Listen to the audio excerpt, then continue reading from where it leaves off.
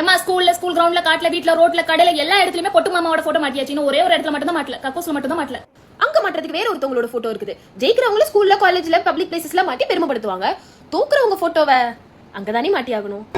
தோத்துட்டாங்கன்னா ஜெயிச்சவங்களோட படத்தெல்லாம் வந்து எல்லா இடத்துலையும் மாட்டிட்டாங்கன்னு அந்த அம்மா சொல்கிறாங்க. சரி, சிஎம்மோட படத்தை அவங்க மாட்டுறாங்க, ஒன்றும் தப்பு கிடையாது. உடனே இன்னொரு ஒரு அம்மா அதுக்கு ரிப்ளே, வெர்ச்சுவல் வாரியர்ஸோட என்ன ஒரு வல்கரமான புத்தின்னு பாருங்கள். சரி, அப்போ தோத்தவங்க ஃபோட்டோலாம் வந்து கக்கூஸில் மாட்டிடலாமா அப்படின்னு சொல்லிட்டு சீமானவை கலாய்க்கிறாங்க.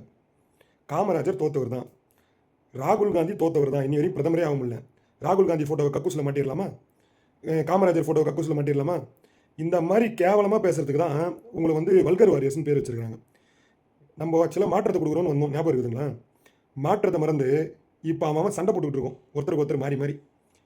எவ்வளோ பிரச்சனை இருக்குது, பிரச்சனையை கேட்டாலே வதந்தியை பரப்புறேன்னு சொல்கிறீங்க. நீங்கள் சரியும் பண்ண போகிறதில்ல, அடுத்த 5 வருஷம் நீங்கள் பண்ணீங்களா, நீங்கள் செஞ்சீங்களா, இந்த நொன்ன கேள்வியே கேட்டுட்டு இருக்க போகிறீங்க. வாங்க, வேலூரில் இருக்கிற எல்லா இளைஞர்களுமே சொல்கிறேன், வாங்க, எவ்வளோ பிரச்சனை இருக்குது நான் காமிக்கிறேன். ஒருத்தரை சேர்ந்து சரி செய்யலாம். திமுக காரனாக இருக்கட்டும், அதிமுக காரனாக இருக்கட்டும், மக்களுக்கு நல்லது பண்ண தானே வந்திருக்கிறோம். நீயும் நான் சண்டை போடுறதுக்கு வந்துருக்குறோம் அரசியலுக்கு. எனக்கு வர நீங்கள் ரொம்ப ஓவராக சண்டை போடுற மாதிரி ரொம்ப கேவலமாக நீங்கள் போடுற சண்டைலாம்.